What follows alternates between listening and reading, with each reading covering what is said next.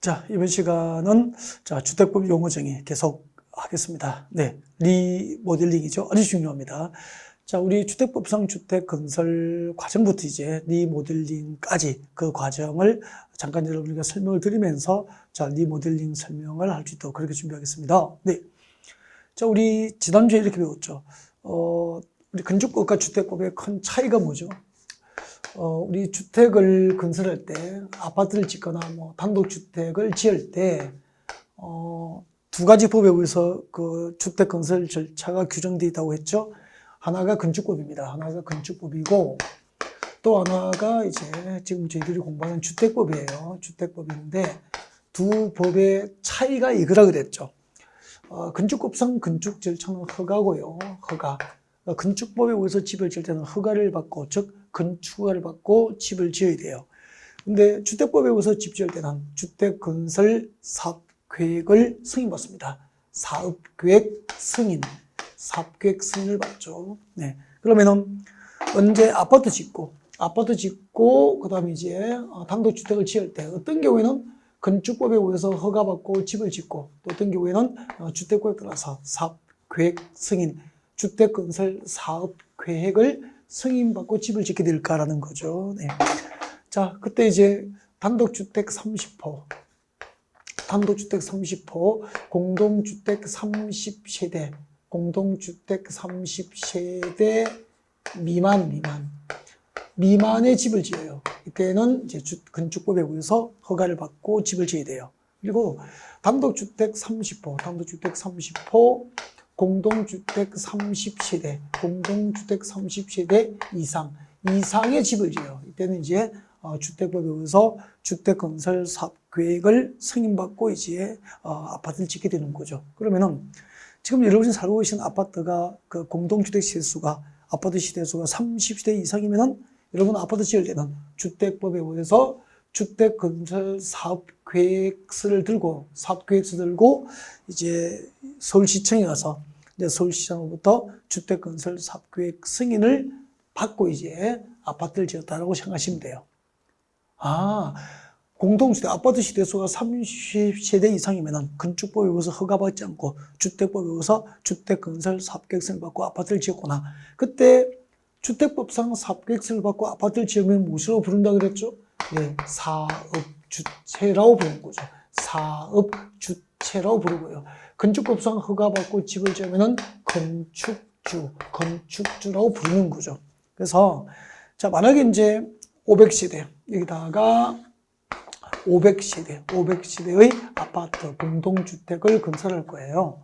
그러면 이제 공동주택 30세대 이상이니까 주택법에 의해서 사업계획 승인 받아야 되거든요. 그래서 주택법에 의해서 집 지을 때 제일 먼저 하는 것이 이제 건설회사 사업주체라고 하잖아요.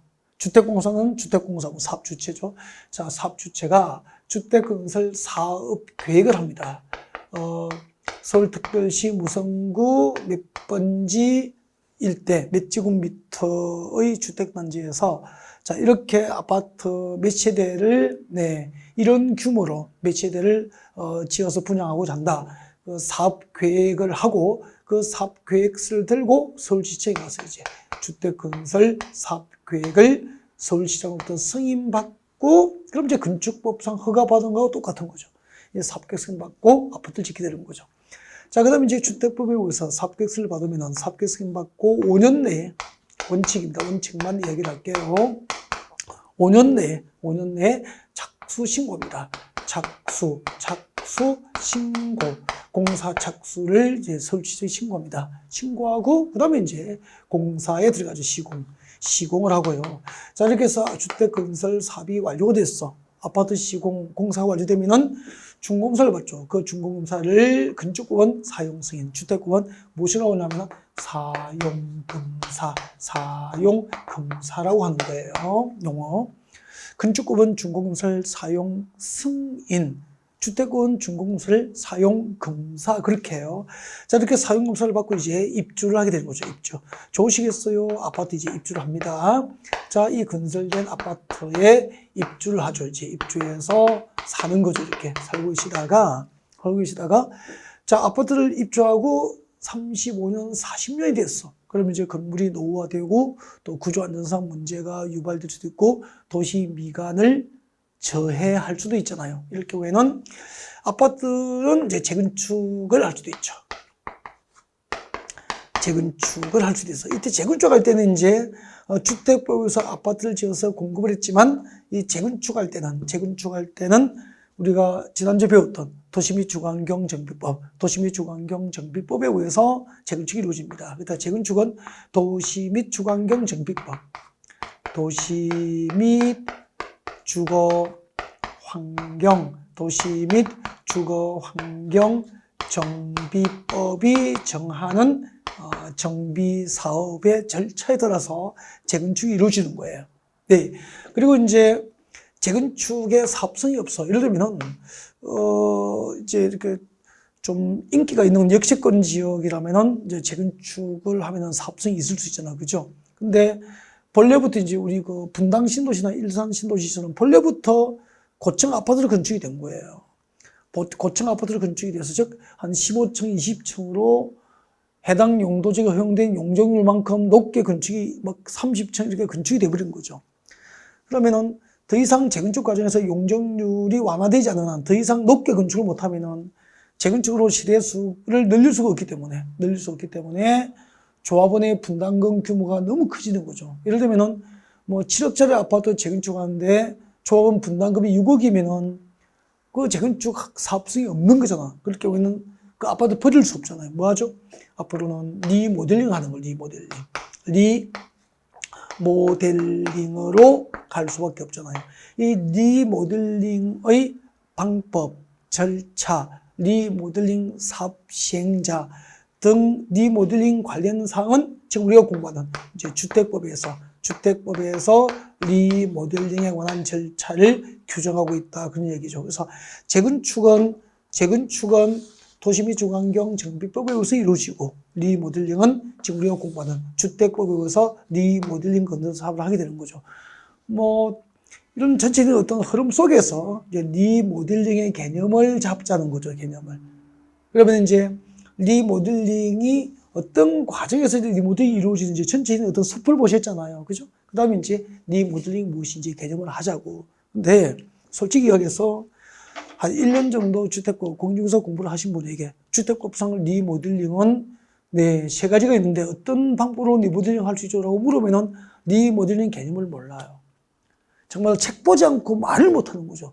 무엇인가를 열심히 암기하고 수능 준비를 1년 동안 하셨지만 리모델링이 뭐죠? 리모델링에 어떤 게 있죠? 라고 리모델링 종류를 3가지 말씀하십시오. 라고 하면은 책 안 보면 말을 못하더라고. 책 보지 않고 말할 수 있을 정도로 개념에 대한 이해가 있어야 되죠. 자, 주택법상 리모델링은 3가지가 있어요. 대수선 리모델링이 있어요. 우리 지난주에 건축법에서 대수선 배우셨잖아. 내력벽, 즉 포라든지 지붕을 받쳐줄 수 있는, 견딜 수 있는 힘 있는 벽을 무슨 벽이라고 하죠? 내력벽이라고 하잖아요. 그 내력벽을 증설 해체하거나 내력벽의 벽면적 30제곱미터 이상을 수선 변경하면 대수선이잖아. 그 다음에 기둥을 증설 해체하거나 기둥을 3개 이상 수선 변경하는 거 이렇게 쭉 나가잖아요. 이렇게. 자, 이렇게 그 아파트, 공동주택을 대수선, 건축법상 대수선 범위에 해당할 만큼 크게 수선하는 방법으로 리모델링 하는 방법이 있다, 이 말이에요. 그래서 리모델링, 주택법상 리모델링에는 대수선 리모델링이 있다. 됐죠? 그때 대수선 리모델링을 하려면은 건축법상 준공검사를 사용 승인이라고 그래요. 주택법상 준공검사를 사용 검사라고 그래요. 그래서 자, 공동주택의 건설 시대수가, 아파트 건설 시대수가 30시대 미만이면은 건축가 받고 집 짓고 준공사를 받으면 사용 승인 받은 거라고. 그 다음에 공동주택 건설 시대수, 아파트 건설 시대수가 30시대 이상이면 주택법상 사업계획 받고 아파트를 짓고 준공사를 받으면 주택법상 사용 검사라고 하는 거죠. 그래서 자, 대수선 리모델링이란 건축법상 사용 승인, 주택법상 사용 검사 후 입주를 할 거 아니에요. 입주해서 몇 년 경과? 10년 경과된 공동주택은 대수선 리모델링 할 것은 이렇게 생각하시면 되잖아.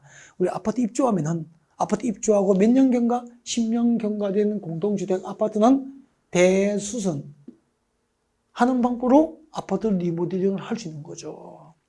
그러니까 주요 구조부만 남기고 대부분은 뭐죠? 이제 전부 뭐 이렇게 내부 뭐 바닥, 벽, 천정, 화장실 전부 완전 새 아파트를 만들어버립니다. 이게 대수선 리모델링이에요. 그래서 아파트 입주하고 10년 지나면은 대수선 리모델링이 가능하다. 그렇게 이해하시면 되는 거죠. 이렇게 대수선 리모델링이 있고요.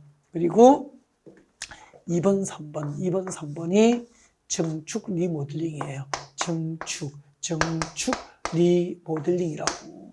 우리 건축법상 증축을 배웠잖아요. 증축이 뭐죠? 건축물이 있는 대지, 기존 건축물이 있는 대지에서 건축 면적, 연면적, 층수 또는 높이를 늘리는 것을 뭐라고 하죠? 증축이라고 합니다. 네 가지. 건축 면적, 연면적, 층수 또는 높이를 늘리는 것을 증축이다라고 합니다. 자, 이따 증축 리모델링 두 가지가 있는데, 자, 사용검사 1 또는 사용 승인일로부터 15년 경과, 15년 경과된 공동주택. 그러니까 증축 리모델링 공통점이 전부 몇 년 경과입니까? 15년 경과. 입주하고 15년 지나야 돼요. 아까 1번에 대수선 리모델링 10년 경과. 입주하고 10년 지나면 대수선 하는 방법으로 리모델링 할 수 있고, 입주하고 15년 지나면 증축하는 방법으로 리모델링 가능하다는 얘기죠. 그때 동그라미 2번.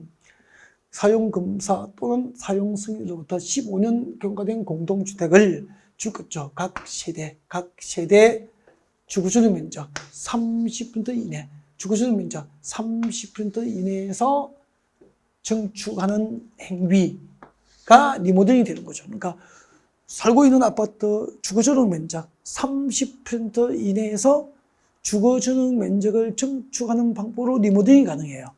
그래서 증축 리모델링 하는 거죠. 주거 전용 면적을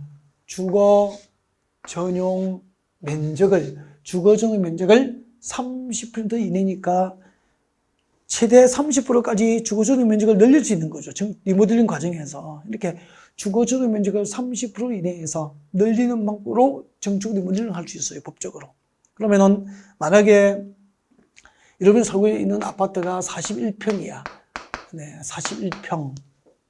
이면은, 죄송합니다. 34평이라고 합시다. 34평이면은, 34평의 주거주택 면적 30%를 증축하는 과정에서 늘릴 수 있는 거예요. 늘릴 수 있다고. 그렇게 해서 34평을 늘리면은, 네, 이게 40평대 초반이 될 수 있는 거죠. 41~2 평이 될 수도 있다고. 그러면은 34평 아파트가 30평대 아파트가 40평대 초반 아파트로 면적이 넓어서 값이 오를 거 아니에요. 그리고 리모델링 과정에서 완전 새 아파트가 돼버리거든. 그렇게 해서 리모델링 분담금을 좀 부담하더라도 리모델링 주택 쪽의 조합원들이 리모델링을 하는 사업성을 확보하게 되는 거예요. 건축법에서 규정한 대수선 방법으로 리모델링 할 수도 있어요. 그죠? 입주하고 몇 년 지나면 되죠? 10년 경과된 아파트는. 그리고 15년 경과된 아파트는, 입주하고 15년 경과된 아파트는 주거전용 면적을 30% 이하까지 증축하는 방법으로 주거전용 면적을 늘리는 리모델링 가능하다. 그렇게 하시면 되죠. 네. 그 다음에 이제 3번 봐요. 위에 동그라미 2번에 따르는 각 세대의 증축 가능한 면적을 합산한 면적 범위에서 줄 거죠. 기존 시대수 15% 이하. 기존 시대수 15% 이내에서 세대수를 증가시키는 방법으로 리모델링 할 수도 있어요. 기존 세대수 15% 이내에서 세대수를 증가시키는 방법으로 리모델링 할 수 있다. 이것을 세대수 증가형 리모델링을 합니다. 세대수 증가형 리모델링을 하고 이것은 곧 수직 증축 리모델링을 말하는 거죠. 같은 말이에요. 그러니까 봐요. 우리 아파트 기존 아파트 층수가 15층 이상이면은 수직으로 3개층까지 증축을 허용하는 거죠. 3개층을 옥상에다가, 여러분이 지금 살고 계신 아파트 그 옥상 위에다가 3개층을 올리는 거죠. 그러면은 이제 뭐 라인이 1라인도 있고 2라인도 뭐 있으면은 이제 증축하는 과정에서 하나, 둘, 셋, 넷, 다섯, 6개가 증축되는, 6개의 세대수가 증축되는 거죠. 요것들을 일반 분양합니다. 이것을 비조합원에게 분양해서 그 분양 대금으로 밑에 여기 살고 있는 기존 아파트 공동주택 소유자들의 리모델링 분담금을 낮출 수 있게 되는 거잖아요. 이거 팔아서 리모델링 한다고 생각하시면 돼요. 이걸 일산 신도시하고 분당 신도시는 기존 아파트 층수가 이미 20층 이상으로 막 건설되는 아파트가 많기 때문에 허용된 용적률까지 대부분 건축을 해버렸기 때문에 재건축은 사업성이 없는 거예요. 그럼 앞으로 리모델링 가야 되니까 그때 이 기존의 조합원들, 리모델링 주택 쪽의 조합원들의 분담금을 낮추는 방법은 위에 수직으로 증축을 허용해서 이것들을 일반 분양화해서 한 세대당 7억씩 분양되면은 6개니까 40억이 넘잖아요. 42억이잖아요. 6, 7, 42. 그 42억을 여기에 나누어 준다 생각하시면 돼요. 그럼 분담금을 낮출 수 있잖아요. 이게 수직 증축이라고 끊임없이 그 수도권 1기 신도시 주민들이 이제 국회의원이나 대통령 선거 때마다 수직 증축을 요구했고 이게 법안이 한 6, 7년 전에 통과되면서 수직 증축 제도 도입했다고. 기준 아파트의 층수가 14층 이하야. 14층 이하. 14층 이하, 15층 이상은 3개층이고 14층 이하 아파트는 기존 아파트 층수에다가 2개 층을 이제 수직으로 증축하는 방법으로 리모델링 가능하게 됩니다. 아셨죠? 네. 그래서 주택법상 리모델링은 몇 가지가 있죠? 3가지가 있어요. 3가지가. 이제 대수선 리모델링이 있고요. 그 다음에 이제 증축 리모델링이 있는데, 증축 리모델링에는 기존 아파트 주거전용 면적을 30% 이내에서 증축하는 방법으로 주거전용 면적을 증축하는 방법으로 리모델링 할 수도 있고, 아니면은 기존 시대수의 15%니까 100세대당 15개 세대를 증축하는 것을 허용하는 거죠.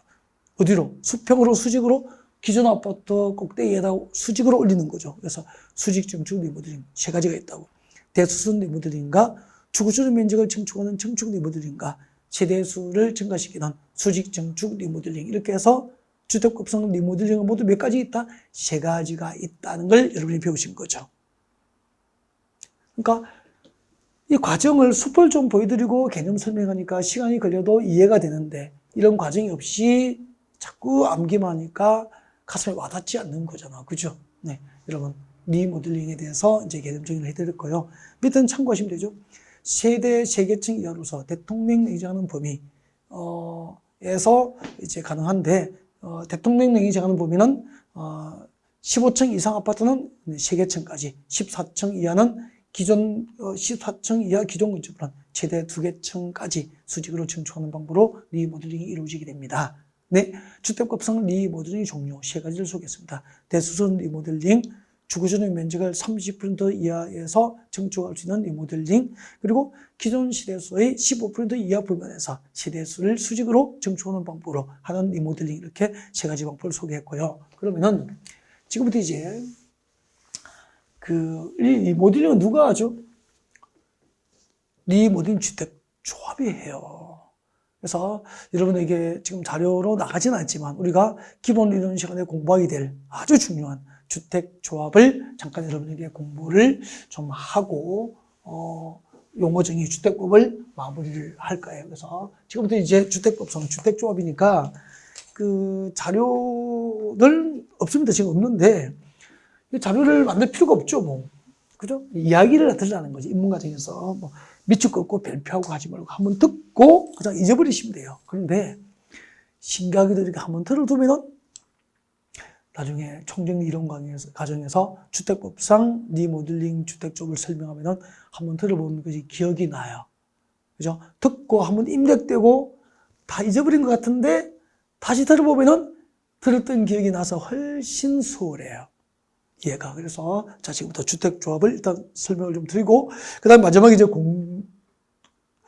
공구에서 공구 설명하고 이렇게 해서 이제 주택법을 마무리하고 농지법으로 넘어갈 거죠. 일단 공구를 먼저 해버립시다. 하고 주택조합 합시다. 아셨죠? 네. 그럼 이제 교재 볼 일이 없잖아요. 공구가 뭐냐면은 시험 자주 나와요. 그래서 우리 주택법에서 용어 정의가 더 있는데 공구는 특별히 이제 여러분에게 여기 또 8번째로 올렸다는 것은 출제 가능하다는 거죠. 잘 나와요. 대체로 잘 나와요. 네. 설명 듣고 교재를 같이 보시는 게 좋을 것 같습니다. 앞에 보시죠. 네. 여러분, 공동주택 건설 시대수가, 전체 시대수가, 공동주택 전체 시대수가 600시대 이상이에요. 600시대 이상이니까 최대 600시대, 최소 600시대고요. 그 이상, 뭐, 1500시대, 2000시대, 뭐, 이렇게 되는 거죠. 그러면은 여러분 600세대 이상 주택을 건설하면은 건설 재원을 확보하고 건설 자재를 그죠? 공급하고 또 건설 인력을 동원하는 것이 한꺼번에 동원하는 것이 쉽지 않잖아요. 그래서 이제 효율적으로 주택을 건설해서 공급할 수 있도록 전체 시대수가 600시대 이상이면 네, 공사 단위를 나눕니다. 109, 209, 209 이렇게 나누어요. 나누어가지고 이제 이 공구별로 이거 외워야 돼. 착수 신고하고 사용검사, 착수 신고하고 사용검사. 여기도 착수 신고하고 사용검사 절차, 이 두 가지 절차를 착수 신고는 착공 신고하는 거야. 공사를 시작하기 전에 착공 신고를 하는 거죠. 자, 이 착공 신고하고 사용 검사 절차를 각각 별도로 수행할 수 있도록 착수 신고와 사용 검사 절차를 각각 별도로 수행할 수 있도록 구분된 공사 단위를 공구라고 하는 거죠. 그러면은 109, 209로 공구를 구분했다면은 109하고 209는 착수 신고하고 사용 검사를 각각 별도로 한다는 거죠. 하나의 주택단지인데 효율적으로 주택을 건설 공급할 수 있도록 착수 신고와 사용 검사 절차를 별도로 수행할 수 있도록 구분된 단위를 공구라고 하는 거죠. 그래서 누가 주택법상 공구가 뭐죠라고 물으면은 착수 신고와 사용 검사 절차를 각각 별도로 수행할 수 있도록 구분된 공사 단위를 공구라고 하고, 아파트 건설 시대수 전체 시대수가 600시대 이상이면은 공구별로 분할해서 주택은 건설 공급될 수 있다라고 이해하시면 되는 거죠. 그리고 자, 이렇게 공구별로 구분이 된 경우에는 공구별 공동주택 건설 시대수는 최소 각각 300시대 이상입니다. 각각 공구별 공동주택 건설 시대수는 각각 300시대 이상, 300시대 이상이어야 된다는 거죠. 그러면은 공구별로 구분해서 주택을 건설 공부할 때는 공구별로 공동주택 건설 시대수는 각각 최소 300시대 이상이 돼야 되니까 전체 시대수는 몇 시대? 그렇죠. 600시대 이상이 되어야 공구별로 분할해서 주택을 건설해서 공급할 수 있다. 그런 얘기예요. 이해가 되시죠? 네. 네네네. 좋습니다. 네, 이게 공구예요. 공구. 네. 읽어보겠습니다. 하나의 주택단지, 즉 600시대 이상이죠. 600시대 이상의 하나의 주택단지에서 대통령령으로 정하는 기준, 이게입니다. 이게 공구를 구분하는 기준이에요.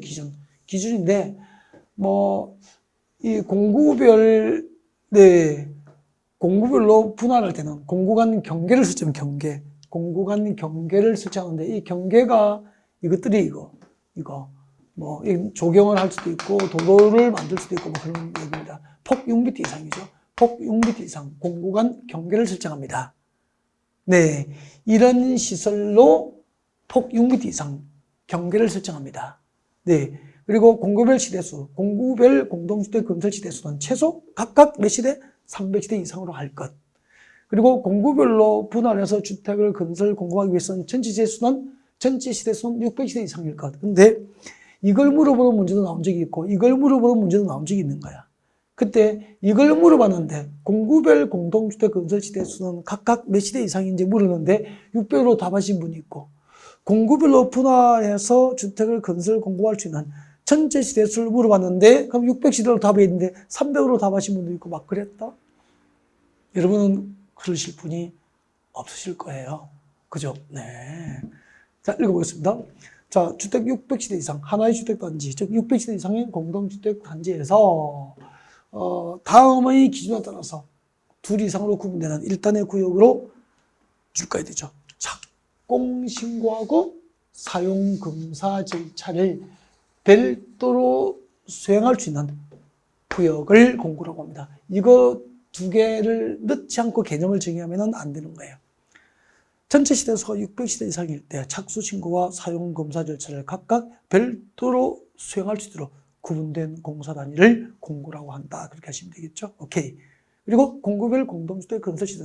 일본은 외울 필요는 없습니다. 공구별 공동주택 건설시대 수는 모두 300세대 이상으로 할 것. 그렇게 하시면 되죠. 이렇게 해서 자, 용어 정의를 모두 마무리하고요.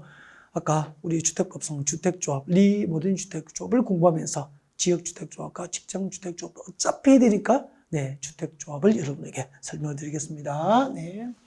지금 제가 설명하는 것을 필기를 하셔둘 필요는 없습니다. 듣고 들으시면 돼요. 즐겁게 들으시면 됩니다.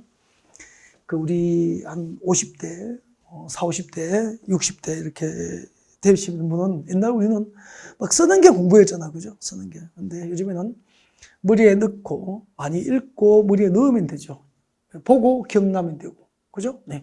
잘 듣고 이해해서 말할 수 있는 연습하시면 되고. 공부방법을 바꾸기 쉽지 않죠. 바꾸셔야 됩니다. 네. 최소한의 메모해라. 교재를 활용해라. 필기를 최소화해라.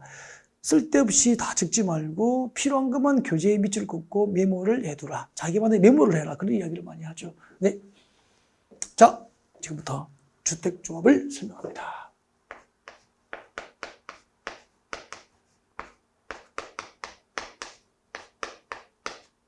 주택법상 주택조합은 3개가 있어요. 일단 이것부터 외워야 됩니다. 처음에 지역주택조합이 있습니다. 일반 지역주택조합이 있어. 지역이라고 적겠습니다. 지역조합이 있습니다. 지역주택조합입니다. 지역조합이라고 적을 거예요. 정식이 명식이 뭐라고요? 지역주택조합이에요. 지역주택조합. 주택조합이라고 적었으니까 지역조합이 있어요. 지역주택조합이 있고 그 다음에 직장주택조합이 있습니다. 직장주택조합이 있습니다. 직장주택조합이 있습니다. 그리고 세 번째, 리모델링 주택조합이 있습니다. 리모조합이라고 합니다. 줄여서. 그래서 주택법상 주택조합은 무엇이 있습니까? 3개가 있습니다. 지역주택조합과 직장주택조합과 그리고 리모델링 주택조합이 있습니다. 리모델링 주택조합 이렇게 해서 3개의 조합이 있습니다. 지역조합, 직장조합, 리모조합. 리모가 뭐죠? 리모델링 주택조합 이렇게 3개가 있습니다. 그 다음에 저는 이거 말하는 연습하시라고 그래요. 아니, 손님이 여러분이 부동산 공인중개사 시험에 2023년도에 합격을 하셨어. 오픈하셨어. 이제 계약을 했다는 거죠. 그때부터 자기가 사장이에요. 그러면 망하고 돈 벌고 전부 자기 책임이에요. 그죠? 돈을 많이 벌어도 자기 돈.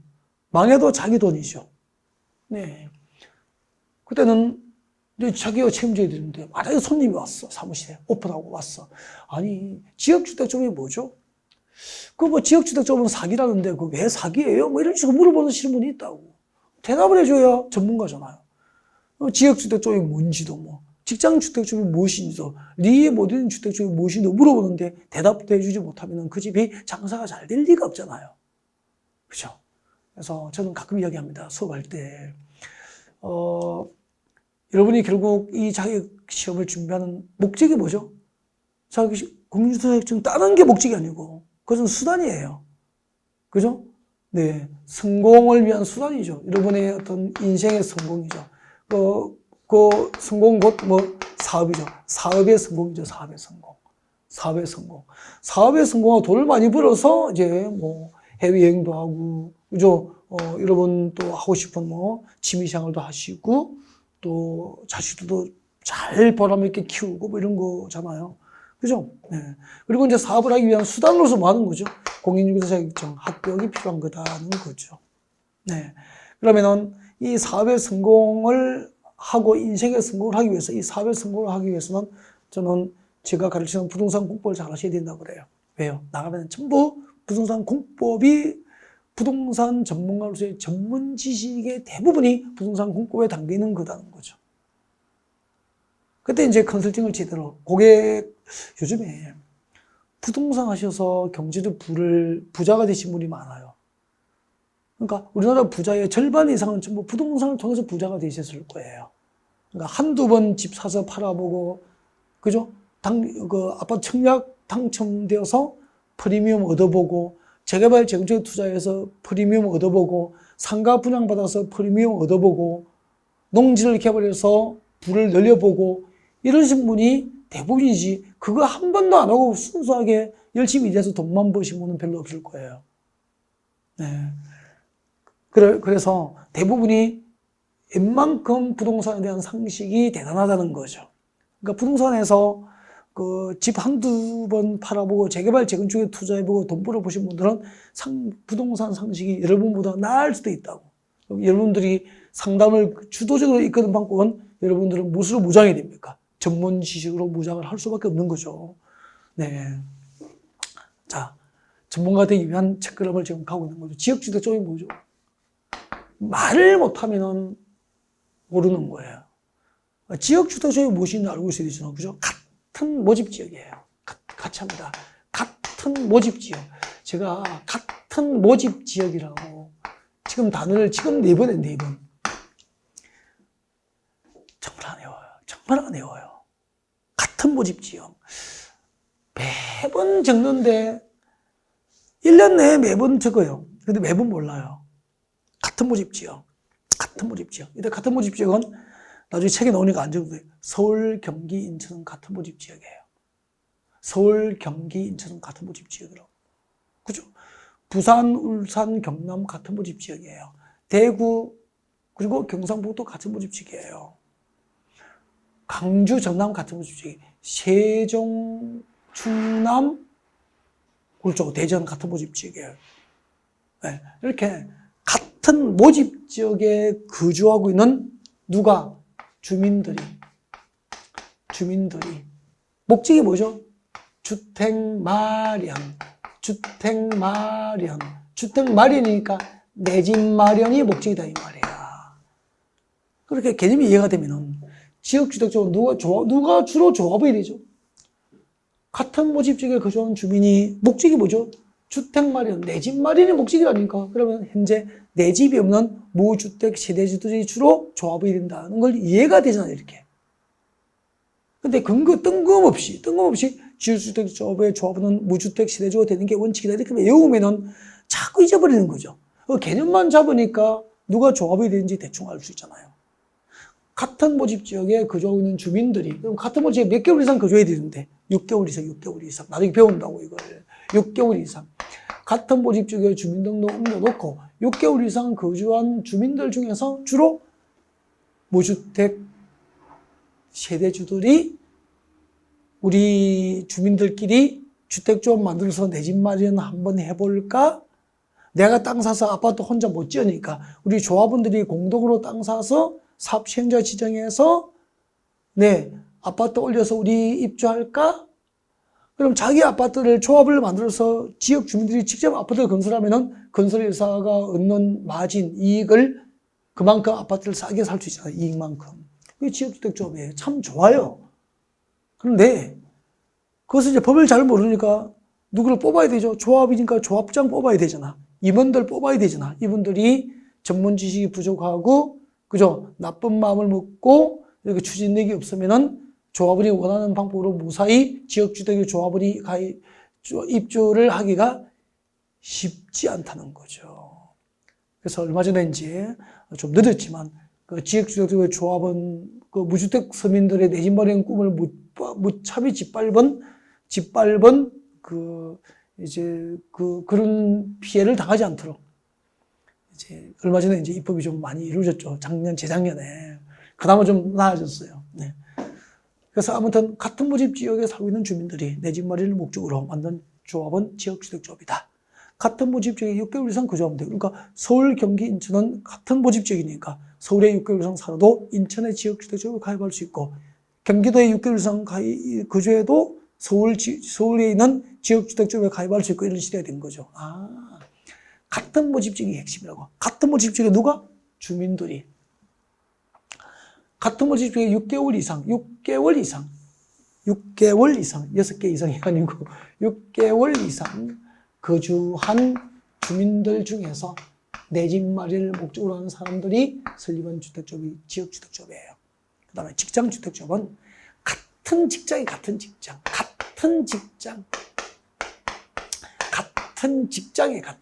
핵심은 같은 직장. 이거는 같은 모집지역. 이걸 제발 좀 말했으면 좋겠어. 같은 직장에 근무하는 근로자들, 같은 직장 근로자들 중에서 무주택 서민들이 주택 마련, 내 집 마련 한번 해보려고 같은 직장 다니는 사람들이 주택조합 만들면은 그것을 직장주택조합이라고 하는 거죠. 그러면 여러분, 서울대학교 교직원이 수백 명이 될 거 아니에요. 전부 아파트 있을까요? 그 중에서 없는 사람이 있거든. 서울시청 공무원 중에서, 서울시 공무원 중에서 무주택 서민도 있을 거 아니에요. 그분들이 내 집 마련 목적으로 만들면 직장주택조합이 되는 거죠. 그러면 서울대학교 교직원이 같은 직장 근무자들이잖아요. 근로자들이 내 집 마련을 목적으로 하는 서울대학교 직장주택조합. 서울시청 공무원들을 만들면 서울시 공무원 직장주택조합 그렇게 된다고. 같은 직장 근로자들이 주택 마련을 목적으로 만드니까 직장주택조합도 주로 무주택 세대주들이 가입하구나. 그래서 지역조합과 직장주택조합의 조합원은 주로 무주택 세대주가 원칙적으로 조합이 되는 게 원칙이라. 단, 둘 모두 주거조정 면적 85제곱미터 이하인 주택 한 개를 소유한 유주택 세대주도 예외적으로 조합이 될 수 있다. 이렇게 된다고 이제. 원칙은 둘 모두 내 집 마련이 목적이니까 이게 그 지역주택조합과 직장주택조합의 설립 목적이거든요. 주택 마련이 목적이기 때문에 무주택 세대주가 조합이 되는 게 원칙인데 둘 모두 주거조정 면적 85제곱미터 이하인 주택 한 채를 소유한 유주택자도 지역조합과 직장주택조합의 조합이 될 수 있다. 그렇게 된다고. 그 다음에 이제 리모델링 주택조합은 누가 만들죠? 이제 이 개념이 안 잡히니까 답을 못 찾는 거죠. 2023년 때 시험을 보신 분은 대답해 보십시오. 리모델링 주택조합이 뭐죠? 누가 만들죠? 이 대답을 못하면 안 돼요. 네. 공동주택 소유자. 마음속에 10번 하십시오. 공동주택 소유자가. 그러면은 공동주택 소유자니까 아까 우리 주택법상 공동주택은 세 가지를 배웠죠. 아파트, 연립, 다시대주택. 이 공동주택 소유자들이 소유하고 있는 공동주택 소유자가 소유하고 있는 공동주택을 뭐죠? 리모델링. 공동주택 리모델링을 목적으로 만든다는 거죠. 그래서 리모델링 주택조합의 설립 목적은 리모델링이 목적이고 조합원의 내 집 마련이 목적이 아니다 이 말이야. 그러면 주택 마련을 목적으로 설립한 조합은 지역조합과 직장주택조합, 리모델링을 목적으로 만드는 조합은 리모델링 주택조합 그렇게 되는 거죠. 그리고 리모델링 주택조합은 이걸 왜 외우라고 하냐면은 공동주택 소유자가 해당 공동주택을 리모델링하는 것이 설립 목적이기 때문에 단독주택 소유자는 주택법상 리모델링 주택조합을 설립할 수가 없다는 뜻이에요. 그래서 공동주택 소유자 여기다가 주택의 소유자가 소유하고 있는 주택을 리모델링할 목적으로 리모델링 주택조합을 설립할 수 있다고 하면 틀려요. 왜요? 주택의 소유자에 버리면 단독주택도 포함되니까 틀린다 이 말이에요. 그래서 리모델링 주택조합은 단독주택 소유자는 포함이 안 되는 거라고. 단독주택 소유자도 단독주택 소유자도 일정한 대통령이 예정하는 수 이상의 기준을 충족한 경우에는 단독주택 소유자도 해당 단독주택을 리모델링할 목적으로 리모델링 주택조합을 설립할 수 있다. 옳겠습니까? X. 공동주택 소유자들만 해당 공동주택을 소유하고 있는 공동주택을 리모델링할 목적으로 리모델링 주택조합이 설립되는 거예요. 그러면 리모델링 주택조합은 누가 조합이 되죠? 그 리모델링 대상 공동주택, 이 아파트 소유하고 있는 리모델링 대상 공동주택 소유자들이 곧 조합이 되는 거고 그 다음에 지역주택조합과 직장주택조합, 무주택 세대주가 조합이 되는 것이고 이렇게 되는 거죠. 그러니까 이렇게 개념을 정확하게 이해하는 것으로 학문은 시작이 된다는 얘기를 여러분께 강조를 드리고 싶은 거죠. 그럼 보십시오. 자, 이 아파트 입주를 했어요. 이 아파트 입주했습니다. 공동주택이죠. 공동주택을 입주하고 공동주택에 입주를 해서 입주를 했다는 것은 건축법에 의해서 집을 지었으면 뭘 받았죠? 사용 승인을 받은 것이고 건축법에 의해서 아파트를 지었다면 무엇을 받은 거죠? 사용검사를 받은 것이겠죠. 자, 이렇게 건축법에 의해서 사용 승인을 받았거나 사용검사고 몇 년? 10년 경과하면 대수선하는 방법으로 리모델링 할 수 있고 15년 지나면은 정축하는 방법으로 리모델링 할 수 있잖아요. 그러면은 이제 공동주택 입주자들이 리모델링 하려면 뭘 만들어야 되죠? 아니, 리모델링 만들려면은 리모델링 주택조합을 설립을 해야 돼요. 그때 이제 공동주택 입주자들이 해당 공동주택을 리모델링 하려면 리모델링 주택조합을 설립해야 되는데 설립 절차가 인가에 누구로부터 인가받느냐면 그 공동주택 설립 인가가 공동주택 리모델링을 목적으로 하는 조합 설립 인가를 받아야 됩니다. 누구에게? 시장, 군수, 구청장, 관할시장, 군수, 구청장으로부터 리모델링 주택조합 설립 인가를 받아야 돼요. 네, 인가를 받아야 되고 인가를 받으면 이제 리모델링 주택조합, 리모델링 리모조합, 리모델링 주택조합, 리모델링 주택조합이 설립이 되어 있거든요.